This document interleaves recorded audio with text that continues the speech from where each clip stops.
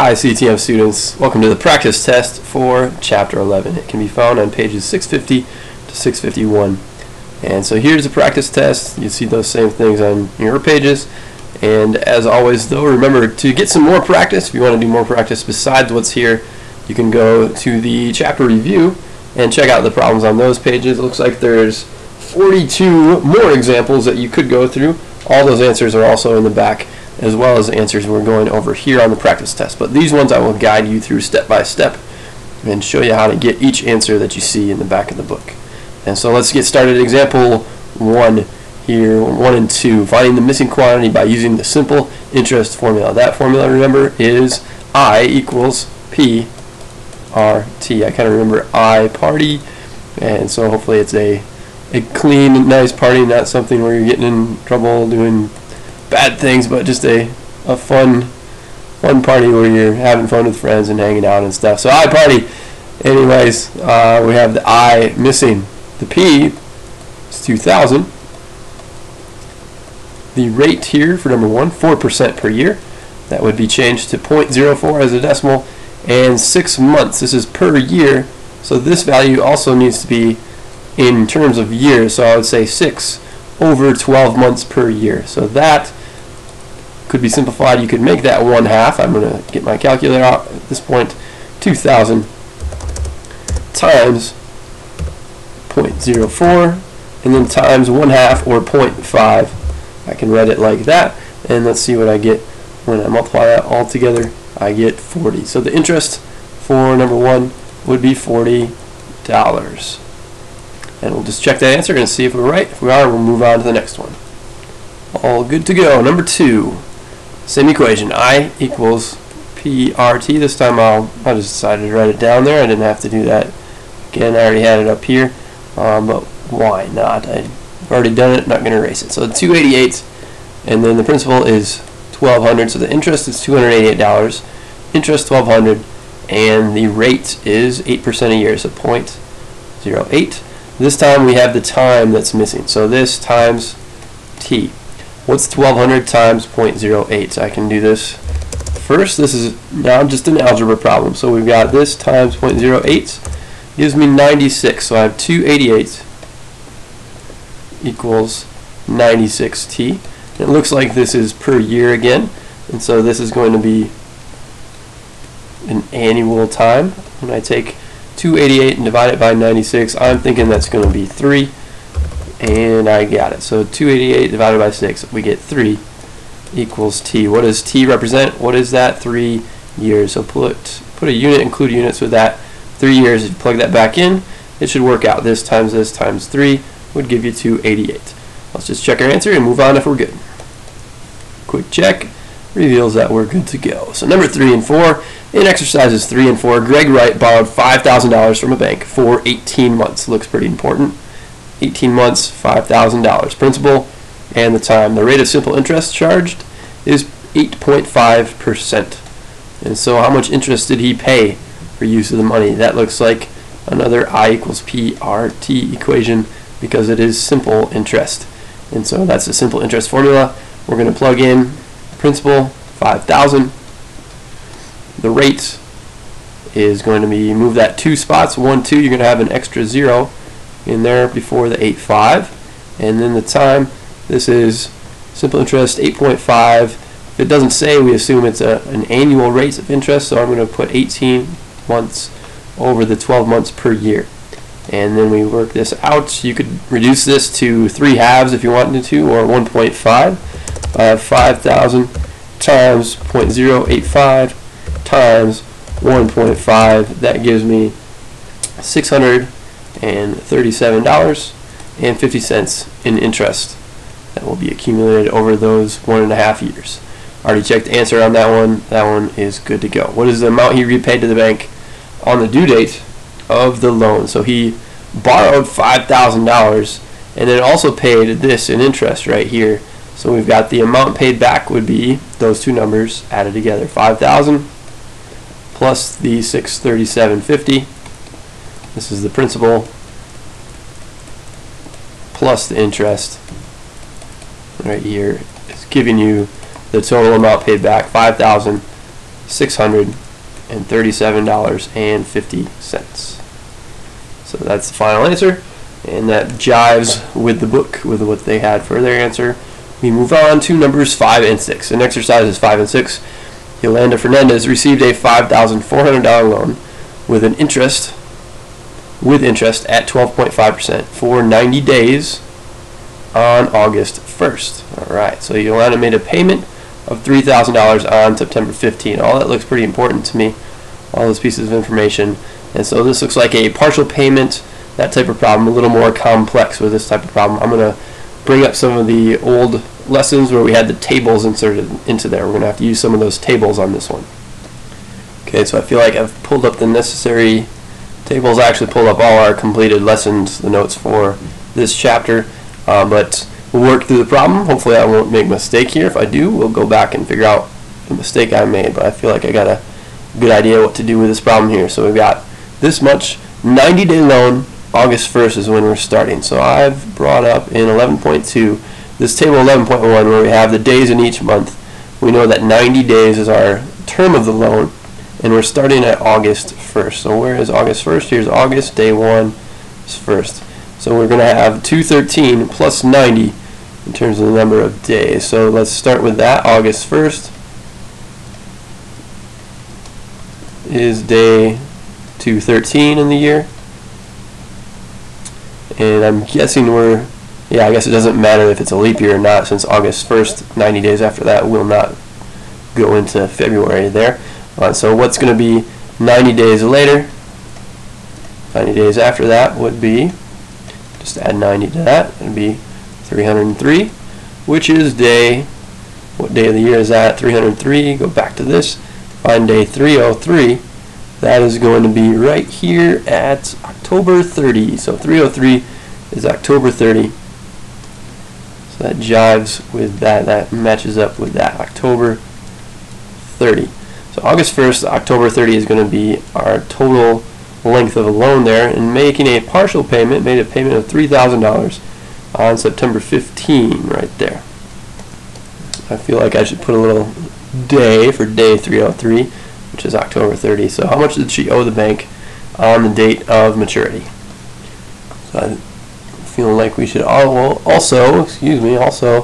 finding out what day of the year is September 15. That's when we're making that partial payment. So go back to your table here, September 15. Let's figure that out. September is right there. 15 is right there. That's day 258. So that looks like to me it's exactly halfway through the loan. Add 45 there.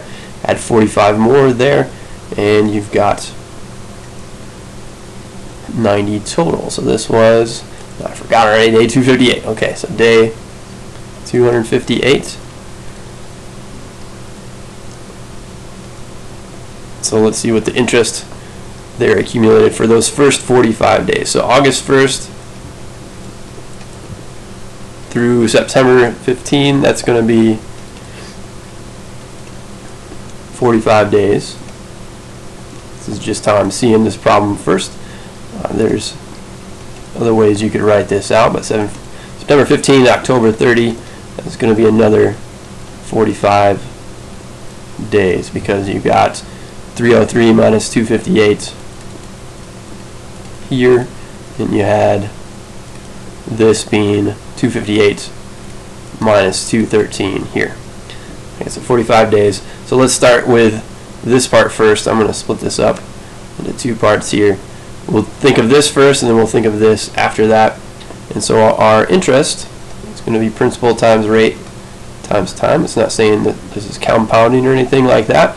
So the interest charged for this period, we've got the principal originally $5,400. The rate at 12.5% would look like that. Move the decimal 2 spots, and then the time, we're going to use 45 over 360. We're going to assume there's 360 days in a year. We use that United States rule and Banker's rule unless they tell us otherwise.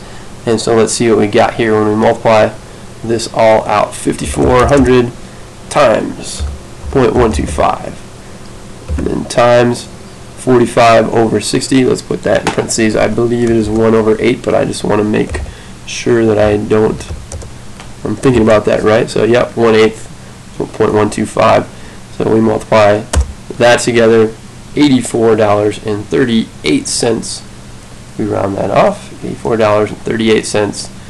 Interest is charged for that first period until we made that partial payment. So what are we going to be doing with that? We paid $3,000. And so what's fair, quote unquote, to the United States, the laws that were made, we take that. This is the amount of interest.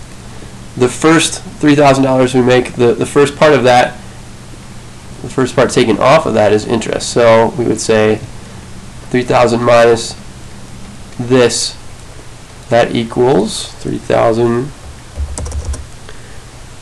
minus 84.38. That is $2,915.62. This is taken off the principal, or taken off the amount owed, you could say as well. Taken off the principal. So when we go to September 15 now, we don't have to pay this amount anymore. We don't have to pay interest on this amount anymore. So our new I equals PRT becomes, the principal is now that 5,400 minus this that we paid off of it. So minus 2915.62, and then the rate is still the 0.125, still the 12.5%, and the time, this time is 45 days now out of 360 for that part of the loan. And so let's see what we got. Let's plug this in. We got 5,400 minus 2915.62. That is 2484.38. So that's our new principal. We're going to multiply that by 0.125, and we're going to multiply it by 0.125 again, because that's what 45 over 360 equaled from before. And so that, nope, I gotta type that in again, sorry about that. Thought I had hit the right buttons there. 5,400 minus 2915.62, that equals that, and we multiply that, there we go, times 0.125, and again times 0.125. That leaves us with $38 now and 82 cents that we will be paying on interest on that new principal amount. So $38.82 is now the new interest. So how much did she owe the bank on the date of maturity? We would take that amount that it was. We take this amount, which I'm going to have to type that in again. I don't remember what that equals off the top of my head. So 5,400 minus 2915.62. That was 2484.38. That's 2484.38. So we're going to be taking that value plus the interest to get the amount she's going to owe on that date of maturity.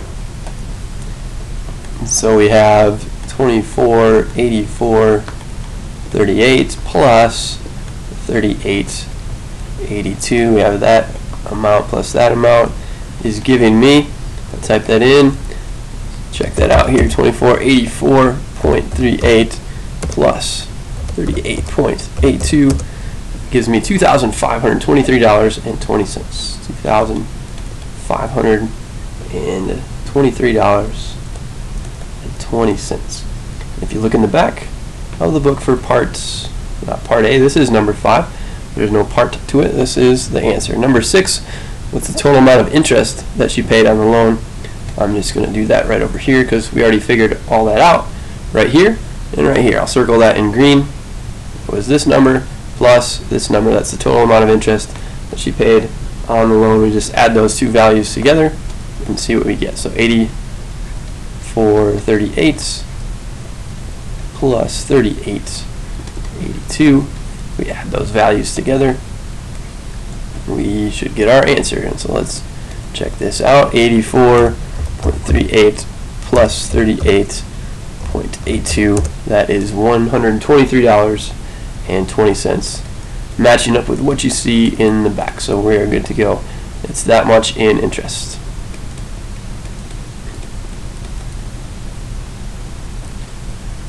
Okay, so let's check out number 7 now. 7 and 8. Compute the amount and the compound interest. So our compound interest formula, in case you forgot that, I'll bring that back up a second. So here's our compound interest formula from 11.3. We're just using that formula right now. A is the principal, the amount is the principal times 1 plus the rate over the number of compounding periods times the number of compounding periods, or to the power rather of compounding periods times the time. So we're going to use that formula for both of these, for 7 and 8. So why don't I just split that up like this. So we've got this one, we're going to have the amount, yep, this is just saying the amount and the compound interest, compute the amount and the compound interest. So let's see what we have first for the amount. So we have $7,500 that's going out in front, times 1 plus the rate for number 7 is 3%. So 0.03 divided by n, divided by the time in years, it says is 2, but that's not what I want there, I'm sorry. That's the time. So the number of compounding periods, that is 4. It's compounded quarterly, and we raise that to the 4 times 2 power, 4 times 2 years here. And so let's work the numbers on this one. Let's see what that gives us here in the calculator. So we have, let's clear that off first. We've got 7,500 times, and then I'm going to use parentheses here. If your calculator knows order of operations like mine does, then you can type this into parentheses and it will do it correctly. If your calculator doesn't know order of operations, you'll want to type these things in step by step instead. So we're going to be raising that to the power, there's my power button, the power of 4 times 2 is 8. So I'm going to hit equals and see what that all gives me, and that seems to be a reasonable answer. It's a little bit more than 7,500 that I started with, and for 4 compounded quarterly, 2 years, 3%, 71 or 79, 61, 99, 79, 60, 79, 61, 99, and so that is the total amount, and that looks good with what the book has as well. And so what's the interest and the compound interest? What was the total interest there? The interest would be the amount minus the principal. So the amount was 79, 61, 99, and the interest would have been, well, what is the interest? The principal was 7,500, so we subtract the interest. That's what we're trying to figure out. If I subtract this from this, I'm left with $461.99. So you made that much in interest with the 3% account compounded quarterly over 2 years. So that is your values for there and there, and it looks like we're good to go with the book. The book has for that. So let's check out number 8. This one, 2,500 for the principal, and it is 1 plus the rate is 6.5, so that's going to be 0.065, and the number of compounding periods, compounded monthly, so that's going to be 12 times a year. 12 goes on the bottom, and you've got 12 for the end there as well, times the 3 years. What is this going to equal? So we'll take our calculator out again. Again, if your calculator knows order of operations, you can type it in like I am here all at once. Otherwise, you'll have to do it step by step. So 1 plus the 0.065 divided by 12, that being raised to the 36th power, 12 times 3. So that equals, and that seems to be a reasonable answer as well, $3,036.68. So $3,036.68. It's a little bit more than the 2,500 you started with. You were only having it in the account for 3 years, but at 6.5%, so a decent amount of interest compounded monthly. We have that, and so the interest again will be the amount minus principal, which would be the 3,036.68 minus the principal you started with, 2,500. That's going to equal $536.68 for the interest. Let's check the book, see what we got there, and it looks like we are good to go. Alright, so let's check out numbers 9, 10, and 11 now. A new printer. In exercises 9 through 11, a new laser color printer sells for $2,350. To finance a laser printer through a bank, through a bank, the bank will require a down payment of 15%. Okay, so down payment of 15%. It's selling for that much, and monthly payments of $90.79 for 24 months. So let's see what we got to answer here. We've got to find out how much money will the purchaser borrow from the bank, what's the finance charge, and what is the APR. For number 9, let's work that out here. We're going to be putting 15% down. So let's figure out what 15% first of 2,053 is. That would be this times 0.15. Calculator time. If you don't bring your calculator for this test, whoo, man, this is going to be a rough test for you. Bring your calculator. No sharing calculators in class. You got to have your own. So times 0.15. There we go. That would be $352.50 down. So $352.50 as the down payment. So you're not going to have to pay interest on that, but you did pay that up front, and then it's got that. Got 90. That's important. I'll circle that, but I won't box that in. Not a final answer yet. You have $90.79 for 24 months. And so you're going to be taking this value for 24 months, multiply 90.79 times 24, and see what you get there. 90.79 times 24 is $2,178.96. $2,178.96. So this is your total monthly payments.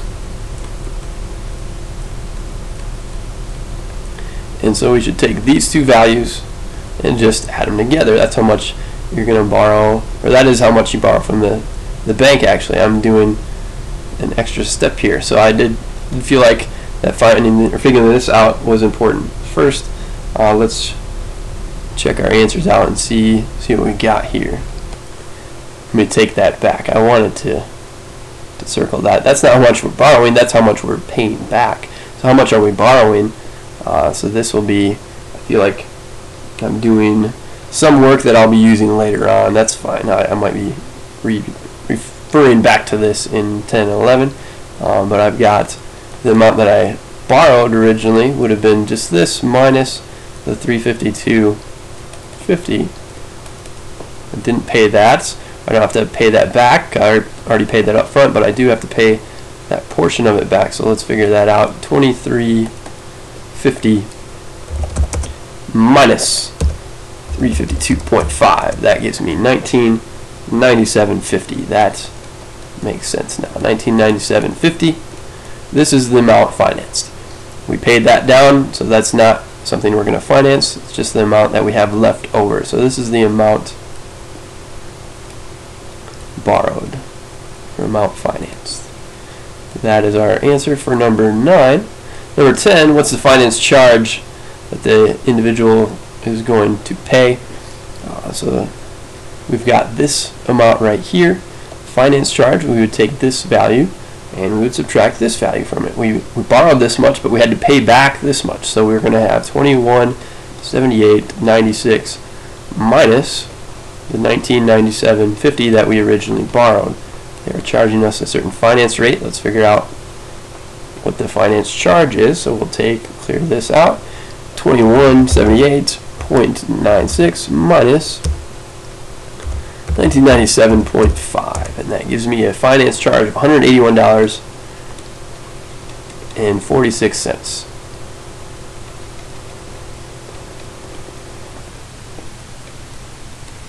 So that's all worked out for number 10, and now we're going to figure out the APR from there. So brought up a similar one, a very similar one from the 11.4 notes that we did example 2 here. We had the same sort of problem, down payments, a certain amount for a certain number of months. We just went back and we did the finance charge divided by the amount financed times 100, and then we went back to the table, the APR table, which is right here. And so we'll do the same thing for our problem right here. We'll refer back to this table. And so the finance charge is 181.46. I think I am having trouble reading this evening as I'm making this. So the finance charge over the amount financed We're going to take that value times 100 so that it matches up with the value that's in the table. So it matches up. This is what we were doing before. Finance charge over amount financed times 100. Then that will tell us how much we're borrowing per $100, or how much the finance charge is per $100 borrowed. That will let us look at the APR table and see what that connects with, or what that equals there in the end. So the finance charge, we had $181.46 divided by the amount financed. That total amount borrowed, amount financed is right there, $1997.50. Multiply that times 100. Calculator time. Take that out here, 181. Thank goodness for calculators. This would be so tedious without it. I don't know how they did this kind of stuff without going crazy before they had calculators. 1997.5. That's going to be that times 100. We'll move the decimal place 2 spots.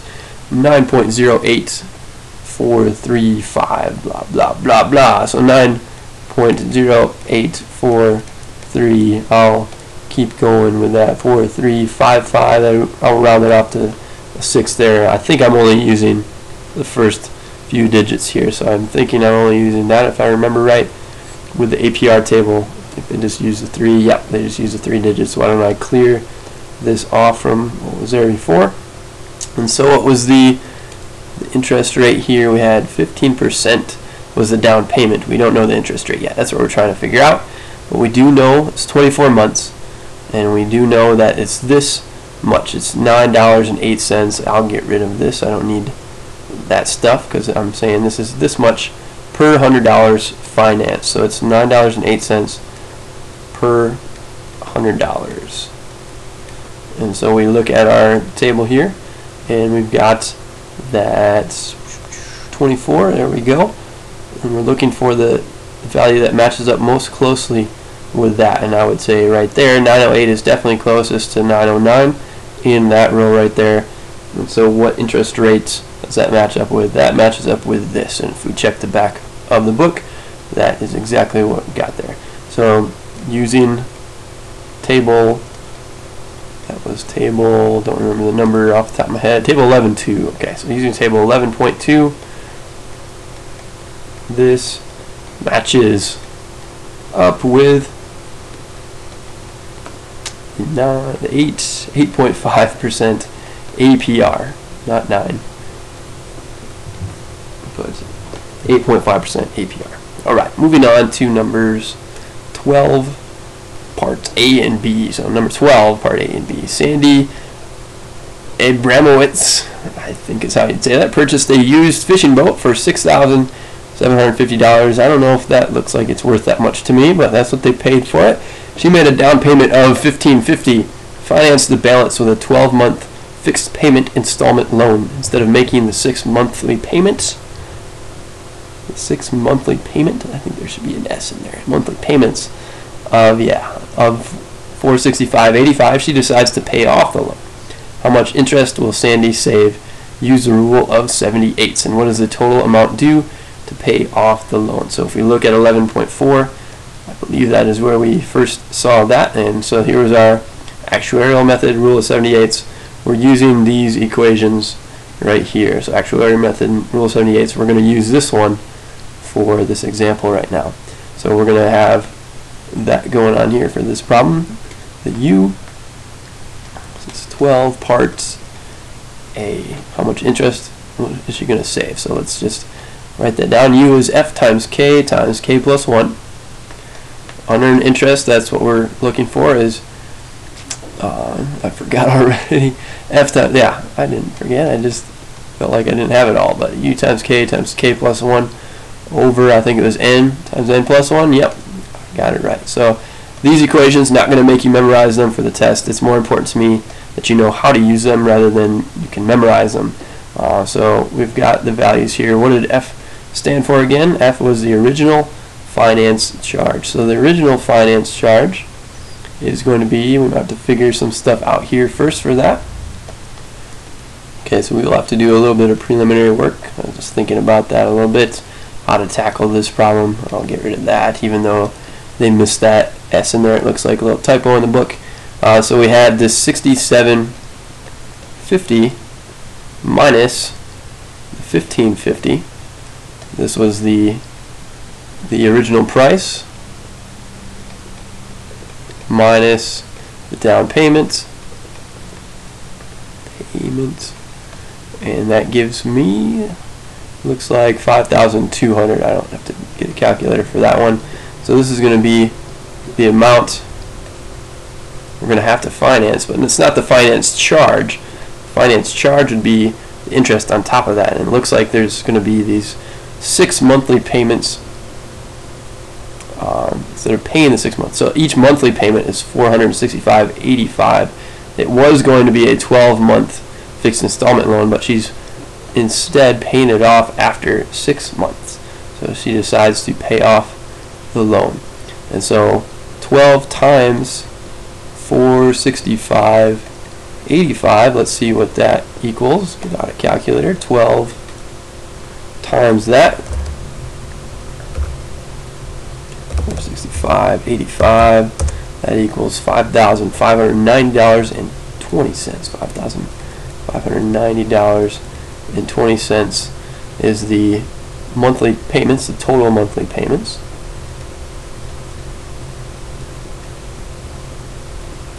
And so the finance charge is going to be this number subtracted from this number. We have 5590.20 minus 5200.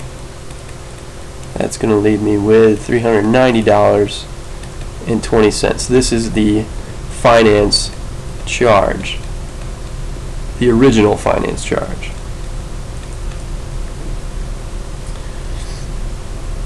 Okay, and so that's the original finance charge. That is F. That looks like what I should have going up here. So this number is going up in here for F.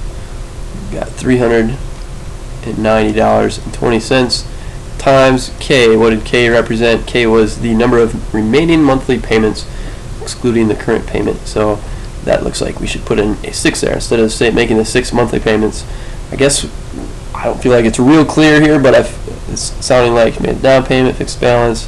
Instead of making the 6 monthly payments, she decides to pay off the loan. So it's seeming like she's made the 6 payments and she's got 6 more to pay, but she's going to pay it off instead. So it's, to me, it seems like this is what we're going to have here: 6 times 6 plus 1, and then N was representing the number of original payments. So originally there were 12 payments times, and then we'll have N plus 1 here. So this is the rule of 78ths. I just had a little nervous moment there. I was like, oh, am I doing the wrong one? No. So actuarial method is the next one, rule of 78. So we're doing that one here. We're supposed to be using that. So that I feel a little better now. Okay, and so we'll plug this into a calculator and let's see what that gives us. 390.2 times 6 times 7 on the top.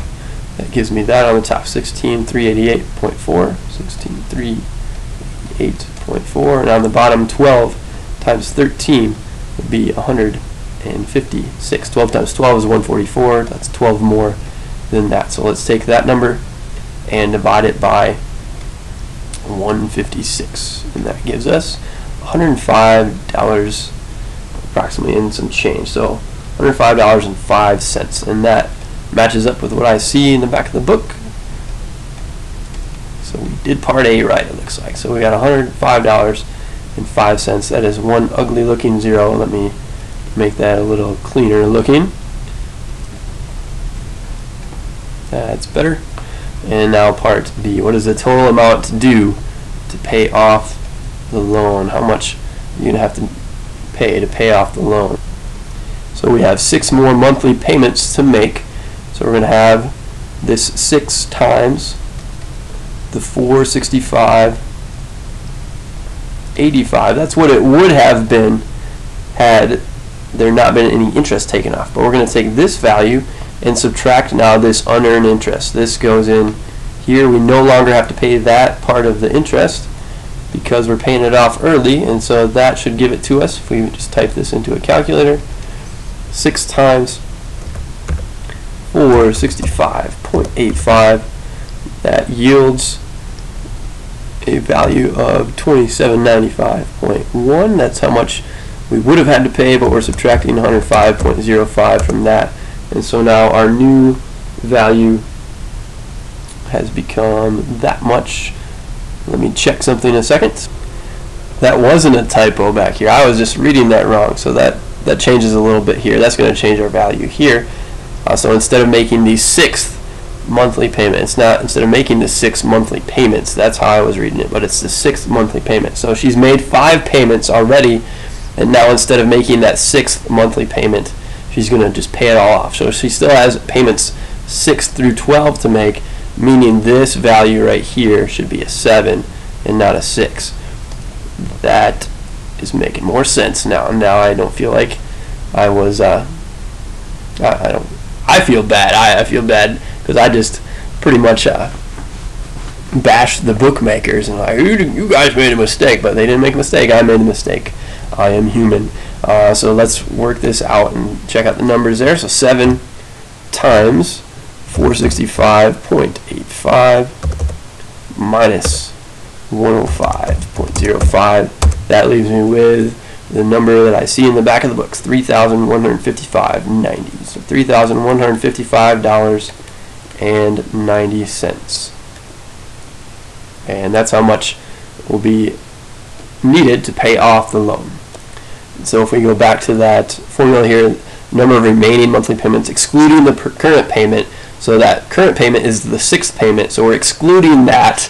That's why K is 6 and not 7 right there. So that makes sense with that formula as well. Let's move on to number 13 and check out one where we're using the actuarial method. So let me just move this over here. I'll just have a little more room to work over here this way. Number 13. Gino Cedillo, I'm not sure how to pronounce that. It kind of depends if that's a Spanish name or not. Borrowed $7,500 to repay the loan. He was scheduled to make 36 monthly installment payments of $223.10.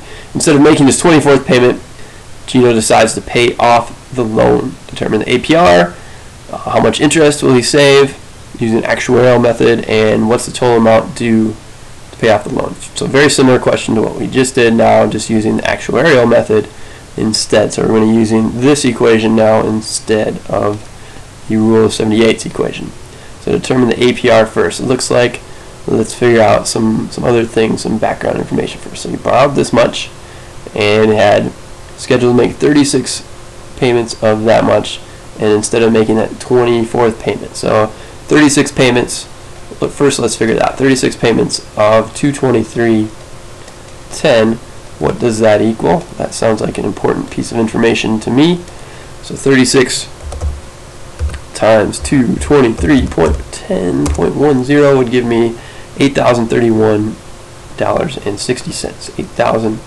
$8,031.60. So he was borrowing this much, but he's got this finance charge of something on top of that, giving him this much to pay back. It looks like no down payment on this one. So this is the total financed. It's the amount, total amount financed, you could say. And so if we look back at the previous one we just did, we were using the same, to figure out the APR, going back one more here, finance charge over amount financed. We're going to go back to that first of all to figure out the APR, to figure out what that is. So finance charge divided by amount financed. So what is the finance charge? We have $8,031.60. Subtracting from that $7,500, that leaves me with, it would be $531.60. This is the finance charge. And so we have $531.60 divided by $8,031.60 times 100 will give me the amount financed per $100. Okay, so per times, not per $100. Am I saying that right? I don't feel like I am. Yeah, per $100. That is what I'm looking for here in the tables. Just rephrasing that, the finance charge per $100 of amount financed. That's what this is yielding me right here, giving me right here. So this worked out into a calculator. This gives me, let's clear that, $531 831.6 divided by 8,031.6 equals that times 100. We'll move the decimal place up 2 spots again. 662 approximately. So it's about $6.62 per $100 financed. And then we use the table. This is part A. Sorry about that. Part A using table 11.2 again. This matches with, let's check it out. So 662, and this is a 36-month loan at first before he's paying it off early. So let's look at the table here. We'll clear what was there before. 36 months, and that was 662, I believe it was. And, yep, 662. And so what's that closest to? Is that closest to this or this? So 662, I'm not real sure off the top of my head on that one. That would be 40, difference of 0.43, and then 709 minus 662, that would be a difference of 0.47. So it's a little bit closer to the 6.29, and made a little error there. This should be actually 0.33, not 0.43. So add 0.33 to that, and you get back to that. And I'm going to have to disagree with the book on this one. So I was looking at the book, it said 4.5%, but according to this, I would say 6.62 is closer to 6.29 than to 7.09. This is for 36 months, and so I would say it's closer to this. I would say it'd probably be in the middle there somewhere, more like 4.2% maybe APR. The book says 4.5%. They must be rounding up to the nearest value rather than finding what it's closest to. I'm going to go with this one though. So I'm going to just agree to disagree with the book on this one. This matches with 4.0% APR. I would probably accept either one, seeing that the book is telling you that. But let's write that in. The book says it's 4.5% APR. So just read carefully how it tells you to round. I'm going to tell you to round to the nearest value, not to round up to the nearest one, but round to the nearest value. So I'm going to go with the 4.0 and just say, hey, the book I feel like is wrong on this one. So how much interest will Gino save using the actuarial method? So we're going to plug in the actuarial method values here. We're going to use this equation right here. And so we're going to end up getting something different than what the book has. You know what? Why don't we just go with what the book has here, just so we can compare answers. So the book says 4.5% APR, so I will accept either one. We're going to use that value when we plug it in so we can compare our answers to what is given in the book. So let's go here and say U is N times P times V over 100 plus V. U is N times P times V over 100 plus V. And what do these things stand for? U is the unearned interest, N is the number of remaining monthly payments excluding the current payment. So the remaining monthly payments, he's got 12 remaining monthly payments excluding this one. So he's, instead of making that the 24th payment, so we've got 12. The P is standing for the monthly payment. I guess it's a capital P. I kind of made mine lowercase, but that is a capital P, so I'll make that a little bigger, capitalized P. And so the number of monthly payments, the monthly payment that he's on right now is what that should be. So it's the 24th payment times V. V represents the value from the APR table that corresponds to that annual percentage rate for the remaining payments there. So we're going to use this value since that's what the book said. So we'll go with 0.045 on this one and divide it by 100 plus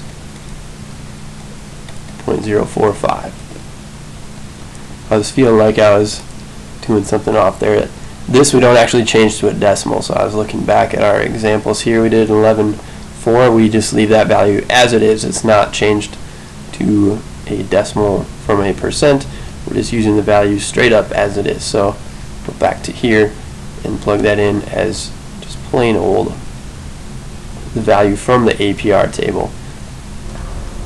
So I'm catching another mistake here. I got a couple of errors that I'm making there. P is the monthly payment. It's not the number of payments left. That's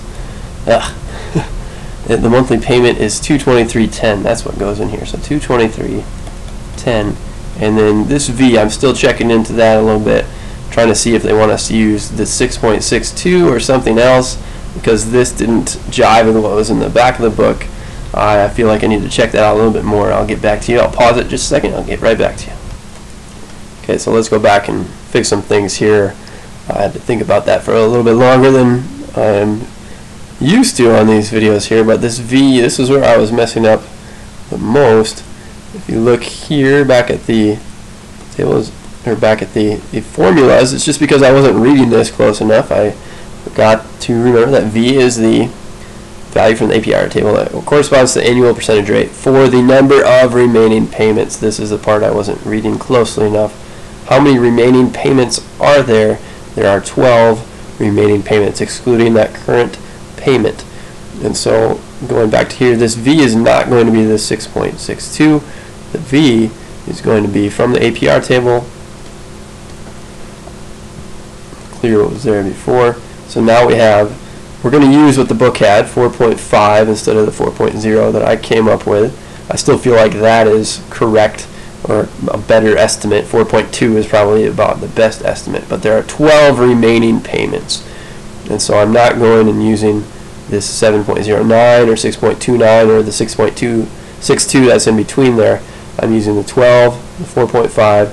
That gives me a value from the APR table for the remaining payments of 2.45. That's what I get plugged into right here. That's what I plug in right there and down here. So that V is representing that. Now take a calculator out and see what that equals. And so we'll plug that in now. So 12 times 223.1 times 2.45. That is that. And we divide it by 102.45. That gives me the answer now that matches up with what's in the back. $64.02 approximately for the interest saved. So $64.02 interest saved.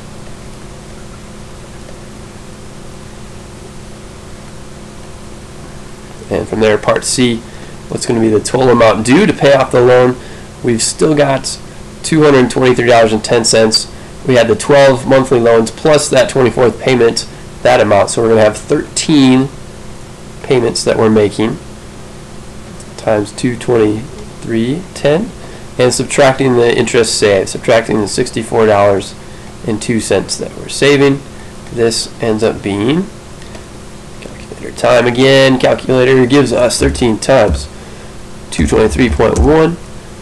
That is that minus $64.02. Looks like we've got $2,836.28.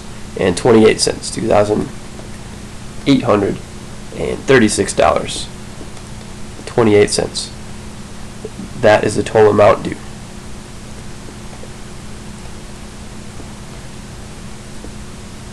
Okay, let's check out number 14 at this point. 14, unpaid balance method. So what do we have for this one?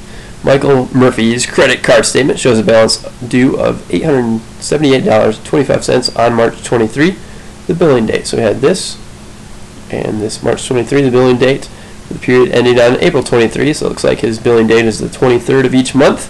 He had the following transactions. So he made a charge, and then another charge, and a payment, and a charge, and a charge. So this is going to be, we're going to be adding this to the bill, adding this to the bill, subtracting this, adding this, and adding this.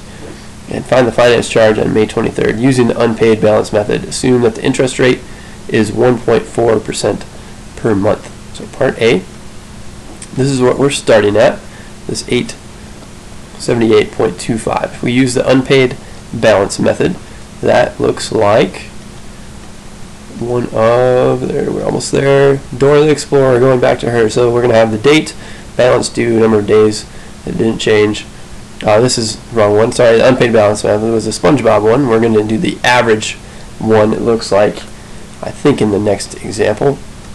So nope, we don't even have to do one like that. So this is the unpaid balance method.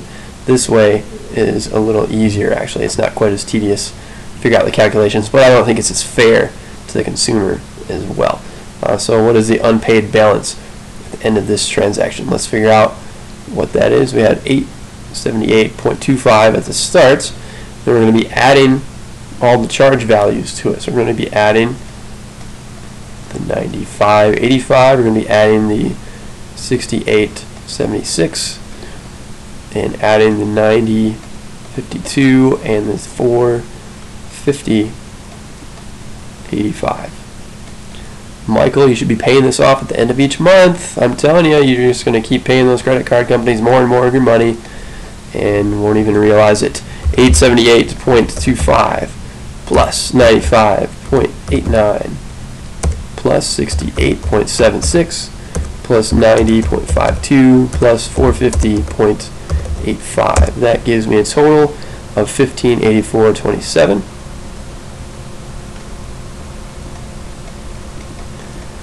And so this we should be subtracting from that the 450 payment that he did make.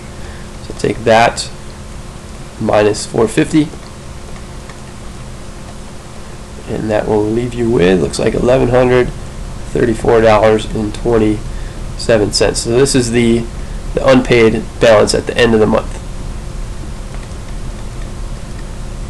The average daily balance would be a little more complex, a little more arithmetic behind it, but this is what they're asking for. They're saying the unpaid balance method right here. And so the finance charge on that, it looks like a 1.4% per month charge on that. And so this unpaid balance, we're going to have,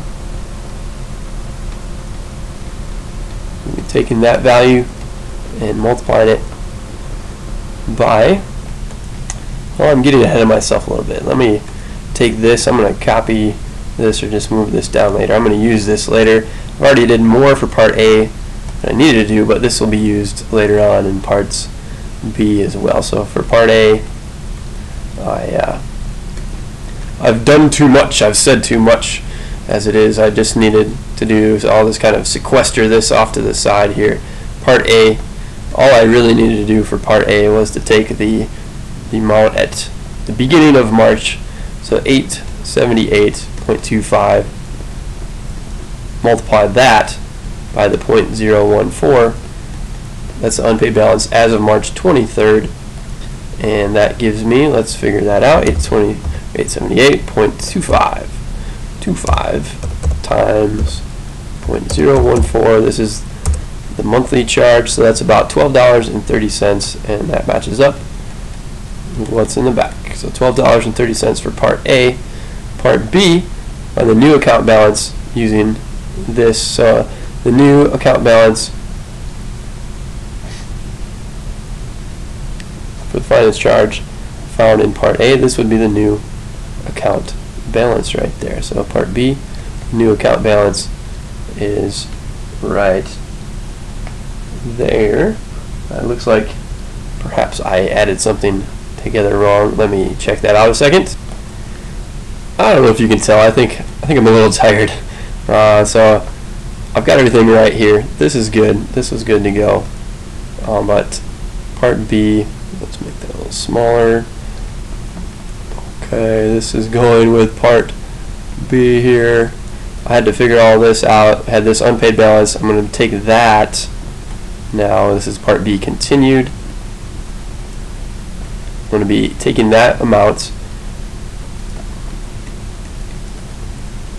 part B continued, and adding the finance charge to it, of course.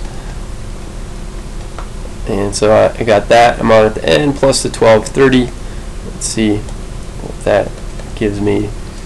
$1134.27 plus the $12.30 is $1146.57. So that is the amount, the new amount that's going to be the balance at the end of April 23rd, because you had this much unpaid plus that. So now part C, find the average daily balance for the period. So now we're going to do the other method. So they did sneak that in here, even though this says unpaid balance method. Oh, they were tricky. Trixie Hobbit says. Yes, yes. The Hobbit's coming out soon. Gotta get my Gollum on again. Stupid bookmakers think they can make the average daily balance in there? What are they doing? My fishies, my precious. Okay, anyway. The average daily balance. We have the date. Look back here at the Dora Explorer. On date, the balance due, number of days, the balance didn't change, and the balance times the days. And we're working all that out here. So that's what we got to do for a problem like this. So the date.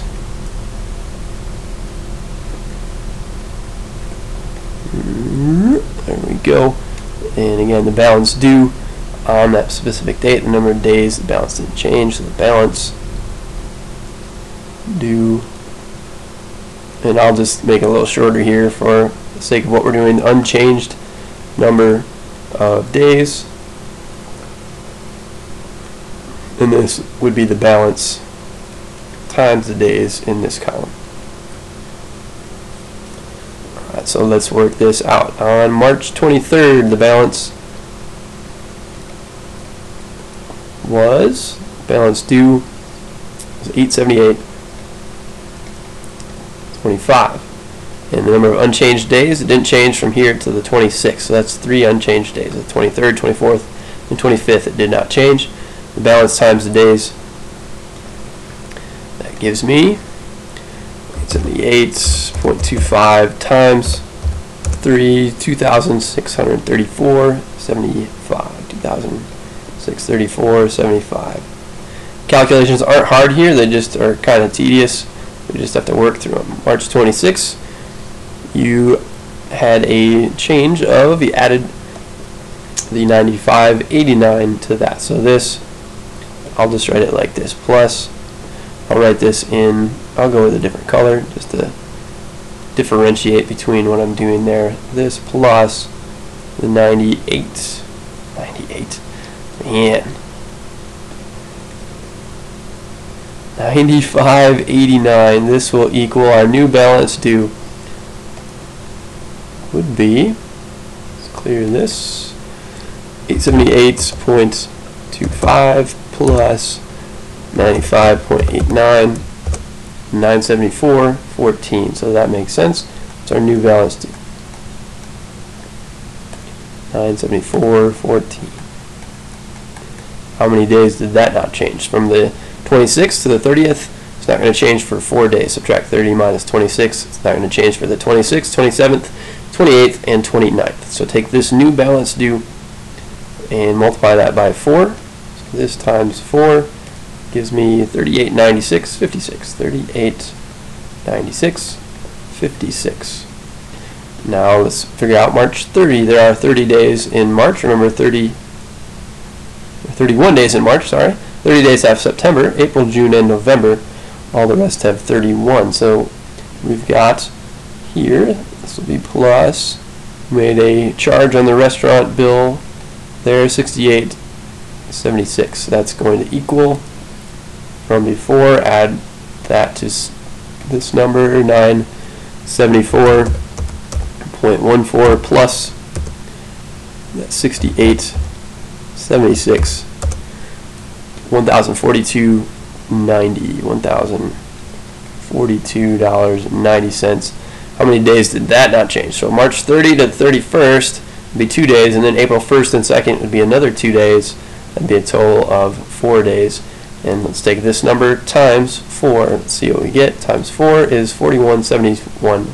41.7160. Now we made a payment on April 3rd. So April 3, we made a payment. We're going to be subtracting $450 from that. And that would equal, what is that minus $450? We should get $592.9. $592.90. And so how many days did that remain unchanged? From the 3rd to the 15th. That's going to be 12 days unchanged. So 592.90 times 12 gives me 71.1480. 71.1480. That's the balance times the days there. Now April 15, you made a charge, bought some clothes. Michael bought $90.52 worth of clothes. And so what is this plus this? We got 592.90 plus 9052 is 683.42. How many days has that remained unchanged? From the 15th to the 22nd. That's going to be 7 days. And what is that times that? We got this times 7 is 47.83, 94, 47.83, 94. And then April 22nd. Went to the eye doctor, it looks like. Something like that. Or we got just a new pair of lenses. We're going to add 450.85 to that. So he only had this charge on his card for 1 day. I'm thinking there's going to be a lot less interest because of that, or a decent, fairly significant amount of interest less than the average, or the unpaid balance method, because the average daily balance should have been a bit lower, 683.42, than the unpaid balance at the end there. So 683.42. We're adding this pretty large amount, significant amount, towards the very end of the billing period, 1,134.27. And so that makes sense based on what we had from before. That matches up, so we feel like we can be assured that we did the math right there. How many days is that going to remain unchanged? Well, from here to the end of the billing period, that's just 1 day. And so this would be the same value here then, times 1. Doesn't change that. The sum of these values here and here, let's just check. This would be 31 days. So this would be 11, and this would be 19, that's 30 and 31. So the 31 days from March 23 to April 23, because March has 31 days in it itself. That makes sense. That jives with that. And so let's add all these together. I shouldn't have erased that, but too late. So we've got 4783.94. We got 711. Blah blah blah blah blah blah blah. I'll just type them in. How about that? And I'll just check that I got them typed in right. 0.56, 26, 34, let's see what that gives me. So I've got 23,735. Was that a 92? That was a 92. Okay, so I have this much, and that would mean that the average daily balance would be, so the average daily balance is going to equal that value divided by 31 days. And so let's see what that gives me. Take that divided by 31. That leaves me with 765.67. 765.67 was the average daily balance. That is part C. Looks like I'm going to have to add an extra page in here. And so let's check out part D now. Part D says find the finance charge on March 23 by using the average daily balance method. Find the new account balance using the finance charge found in part D. Okay, so here for part D, we take this value here, 765.67, and we multiply that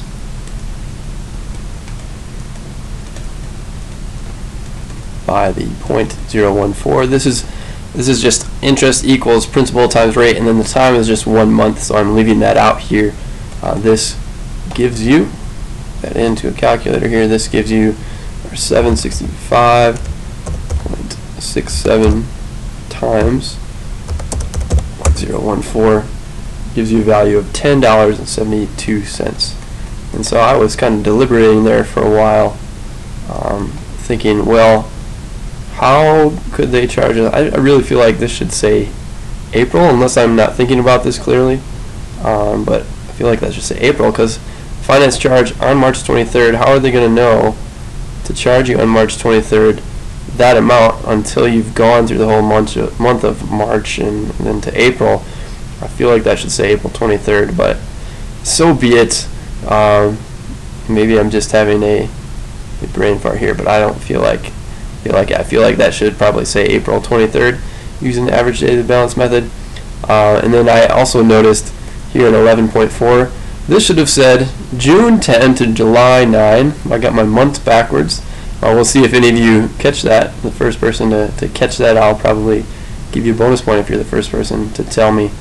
Well, anyway, so $10.72. We'll leave our answer like that and just assume they meant April 23rd, or by the end of the billing period when we actually knew what the average daily balance would have been. That's what we're going to be adding to our amount there. And then by the new account balance, if that's the finance charge, okay, so our account balance is $1,134.27, and we found that finance charge $1,134.27 plus this now $10.72 finance charge. We add those two values together, and we're going to get $1,144. That's plus the $10.27 plus 72 would be the 99 cents there. So that'll do it for part E for number 14. Number 15, 16, and so on through 21. We're going to use this information here. This is our final batch of problems here, and I've just copied this problem onto the next 3 pages. It didn't look like it even changed at all, but I did change pages there. We're just going to have that information handy for the next 3 pages. This one might take 3 pages, we're going to see. So the Lungs decided to buy a new house. The contractor quoted them a price of, so this is the total price, $144,500, including the lot. The taxes on the house are going to have this much per year. For taxes, insurance is going to be this much per year. We've applied for a conventional loan from a bank. The bank is requiring 15% down payment. Interest rate is 10.5%. Ouch. They should refinance. They should get a better deal now that rates are down. But the Lang's annual income is $86,500. They have more than 10 monthly payments, so we're going to assume that these are payments that are going to be taken off of their adjusted, taken off of their gross monthly income. So we've got this much per month, and per month on a college education loan, new furniture, and $220 for the car. So what's the required down payment? That should be pretty easy to figure out first, because they're requiring a down payment of 15% down on this price of $144,500. So take this times 0.15, and it seems like that should do it. So let's check this out. 144,500 times 0.15, and that is going to be $21,675. So that checks out with the book. We can move on to the next one, number 16. Determine their adjusted monthly income. Okay, so we've got $86,500. That's per year. So this divided by 12 would give me the adjusted, or give me the gross monthly income. Income per month. Gross before taxes, before anything else is taken out. So 86,500 divided by 12. It's about $7,208.33. $7,208.33 per month. Now, and what are we going to be subtracting from that? We're going to be subtracting, taking away $220 for the car loan, taking away $175 for the furniture loan, $210 for the college education loan, subtracting all that from that, and let's see what that gives me in the end. So I'll take this value minus $220 minus 175 minus 210, and that gives me $6,603.33 rounded off. So $6,603.33 per month is their adjusted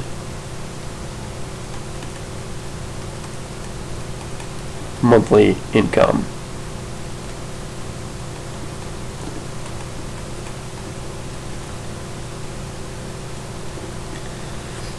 I'll put that around there. There we go. So per month, adjusted monthly income.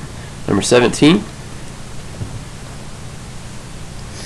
was the maximum monthly payment the bank's loan officer believes they can afford. So we said before that 28%, that's what they're assuming. The 28% of their adjusted monthly income is what they'll believe they can afford.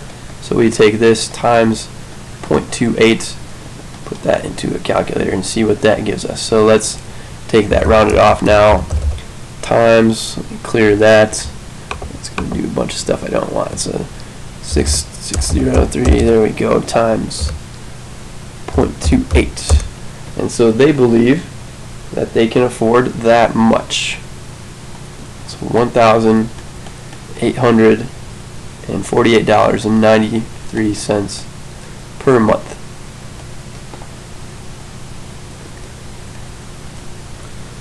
I guess I'll do that again. So that much per month is what they believe they can afford. Number 18, determine the monthly payments of principal and interest for a 30-year loan. Okay. I'm going to carry this one over to the next page. I feel like it might take more space than what we have there. So let's put 18 over here. So considering what the down payment was, they don't have to pay that. It doesn't say anything about points here, so I don't see that getting added or subtracted to anything from here. So I'm just going to assume that they want us to take this value minus this. This will be the amount of the mortgage. So this value minus the down payment, $21,675. That will give us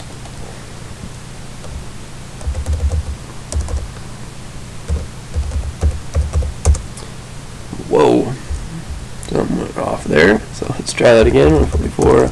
Should be watching what I type in, I guess. 21,675. I'm looking at the keyboard instead. 122,825. This is the amount of the mortgage. So that's how much a mortgage we'll have to take. We're going to take that value times, we've got this interest rate of 10.5% here, and I'm getting ahead of myself a little bit here. We do have to go back and think about this table, 11.4 from lesson 11.5, and I'm going to clear the annotations on that a second. So what's the interest rate that we're being charged? We're being charged 10.5%. Ouch, that is going to hurt. That's going to leave a mark at 30 years. So for 30 years we're going to be charged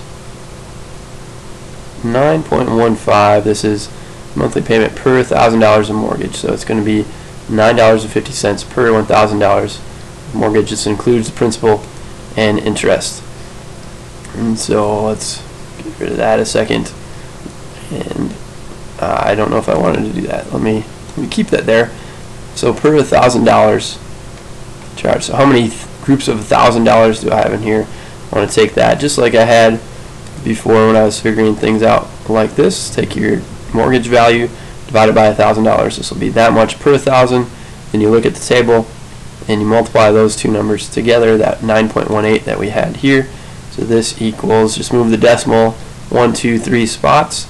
When you have something like that, you've got $122.83 approximately rounded off. This is that much per $1,000. Then we're going to take that value, 122.83, and multiply it by that value from the table, the, oops, there we go, the 9.15, I said 9.18, I think I double checked, 9.15 from the table. So this value is coming from table 11.4,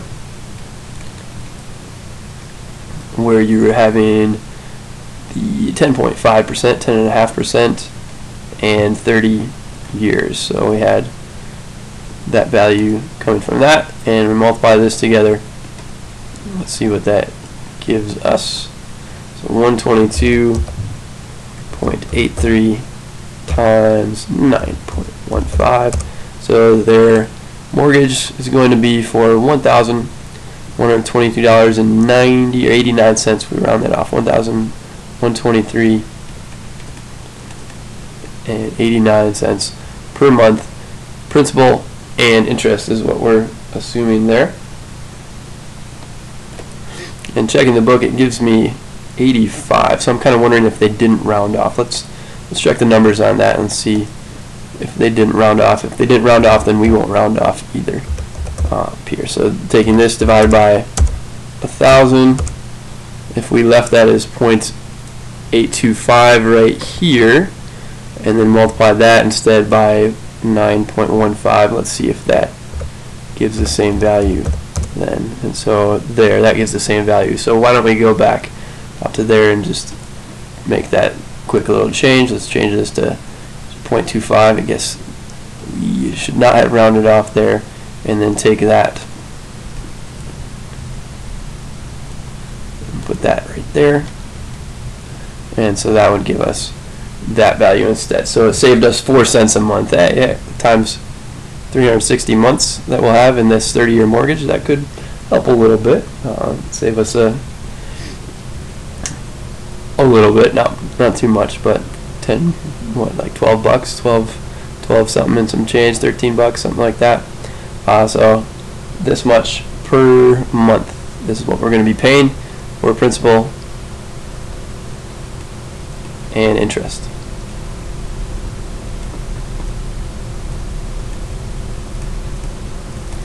That is number 18. Number 19, determine their total monthly payments, including insurance and taxes. So it's going to be this much each month for just principal and interest. So the PITI, principal, interest, taxes, and insurance, that value is how much you have to pay every month. That's really what you should be thinking about when you're purchasing a home. What's my PITI value? So you've got, what was it there, $3,200 per year for the house for the taxes, and then $450 a year for insurance. So we're going to be taking each one of those values and dividing it by 12, because this is the monthly payment. And so that divided by 12 and that divided by 12, let's see what that equals. So we have this much. Clear that off.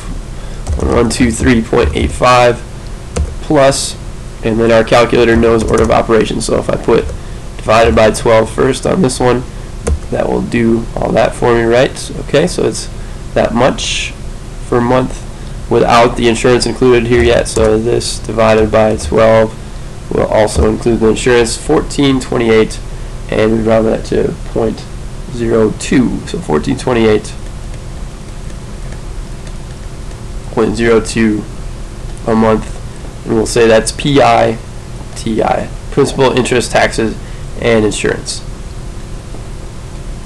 If you want to use that little acronym for that, that is fine. That's the lingo that you'll hear realtors and lenders use for problems like this. And then 20, does the bank officer believe they have enough money for that? So they thought they could afford, so this is what they're looking at right here. Sorry, this is what they're looking at, the PITI value. They thought they could afford that much per month. So since this is more than this, they're thinking yes, they're going to be able to afford that. So we'll say since, and let's look at those values again, or I'll check them out here where I have them. Since 1848.93, since their adjusted monthly income, 28% of that was greater than the amount per month they'd be paying PITI wise, 1428.02. Since that's true, they would say yes, they meet the requirements. So as long as there's no terrible credit history or bankruptcy or something like that, they're probably going to be good to go to get that loan. And now 21, Part A, find the total cost of the house, excluding insurance and taxes, after 30 years. So the total cost of the house will be the amount that they paid originally for the mortgage. So the purchase price of the house, I should say, so $144,500. This is excluding the insurance and taxes, so we're not going to include that. So that much, and then we're going to be adding to that, there's going to be the 360 payments. That's 12 years times 30, or 12 months times 30 years. They're going to have that 30-year mortgage. We're going to be taking, where's the value from before parts? Well, I'm going way too far there. So not that one, but where'd you go? This one, there we go. $1,123.85 per principal and interest. That much per month. Let me think about this a little bit more. I think I don't need to add quite all those things together. Yeah, so I need to erase this. It was the down payment originally. There was no points, but the original down payment was $21,675. So it's going to be that value, $21,675 plus, and then this value, the $1,123.85 a month. That factors in principal, the $122,825 mortgage. That's the principal part of it, and the interest part of it. It includes both of those things there.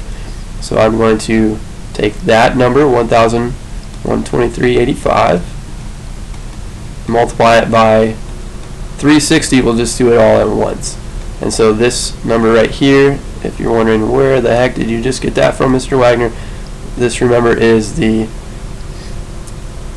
12 months times 30 years. That equals 360. So there's going to be 360 payments made at this amount for this 30-year mortgage. And if I add all that together, let's see what I get there. Okay, so I did the calculator work already. You'll see this is a down payment plus this times 360. Good night. Man, $426,261. You can notice the drastic effect that a high interest rate will have on the amount you have to pay for the course of the loan. This was only a house that cost $144,500. That's what it was without any interest. But you're paying more than double that, way more than double. Is that even more than triple? That might even be more than triple of that. So interest really made a difference here, but that's what it is. $426,261. Go away, calculator. There we go. $261 over the course of the whole loan there. In Part B, how much of that is interest? And so you got this part, you have to pay an interest. You had the principal was what you don't have to pay in interest. You had this part you didn't get charged any interest on because you made that down payment. So we have $426,261 minus the original purchase price of the house, which is that much.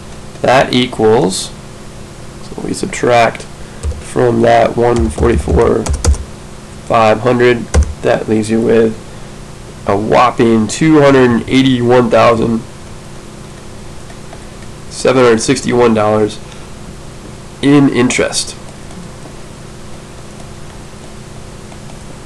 And what I have to say to that is, yikes, ouch, man.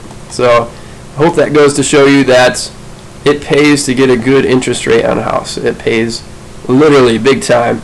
If you had something like that, maybe you refinance, maybe you had something like that, like, oh my gosh, that number is just ridiculous. I'm thankful right now that interest rates are nowhere near that high, 10.5%, but they may be rising back up to that later on as the market hopefully starts to improve housing wise, and hopefully housing values go up. But with that generally comes higher interest rates, but hopefully they don't rise to those amounts. So hopefully you found that helpful. Sorry that some of those problems, they were a little involved there and I had to go connect a lot of different pieces together to get the right numbers.